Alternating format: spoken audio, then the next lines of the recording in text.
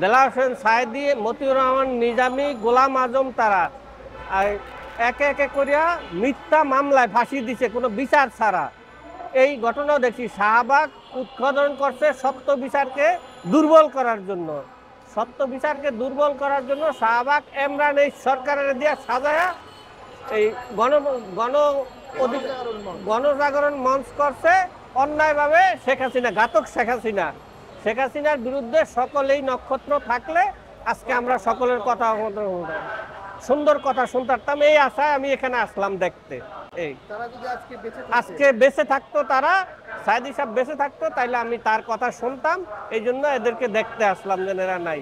সে ফাঁসির নামে ইয়ারে কর্নেল হুদারে জবাই করে মারছে। সে এত বড় অন্যায় করছে স্বৈরাচার শেখ হাসিনা। বাংলাদেশ জিন্দাবাদ, জামাতে ইসলামী জিন্দাবাদ, বিএনপি অমর হোক।